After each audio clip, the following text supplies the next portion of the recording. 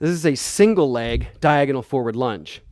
Now you're going to do your whole set on one leg before you then finish and start a whole new set on your opposite leg for the same number of reps.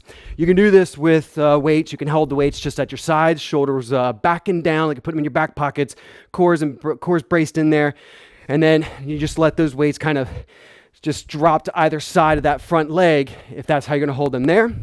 Or you can hold just one dumbbell at your chest, kind of like a goblet, and then same thing, stepping out, but keeping the weight engaged against your chest there. You're still going to keep your shoulders engaged back and down through that. But let's take a look at the form of our legs here. So starting off with your feet hip width and parallel.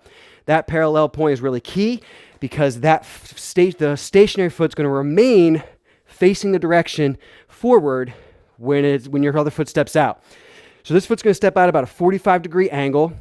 And so the toes are facing about 45 degrees out. The front knee is going to follow the midline of that foot as it bends into this.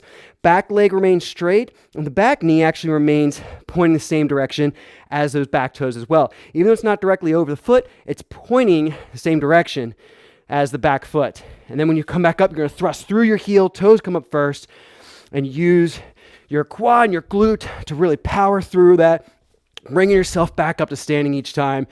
And plant that foot back parallel and then step back out and repeat. Once you finish a whole set on that side, same thing on the other. Steps out 45 degrees out, front knee follows those toes, back foot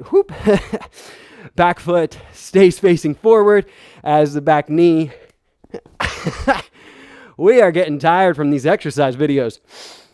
Back foot remains straight as the back knee follows that direction, pressing back up and launching through that heel to come back up to standing. And yes, the back heel can come up off the ground with each step there. So take your time. You could do shorter ranges of motion. You don't have to step out so far, but do step out to a point to where your knee doesn't quite pass your toe for this particular movement, and then launch back up and through, pressing through that heel with each rep.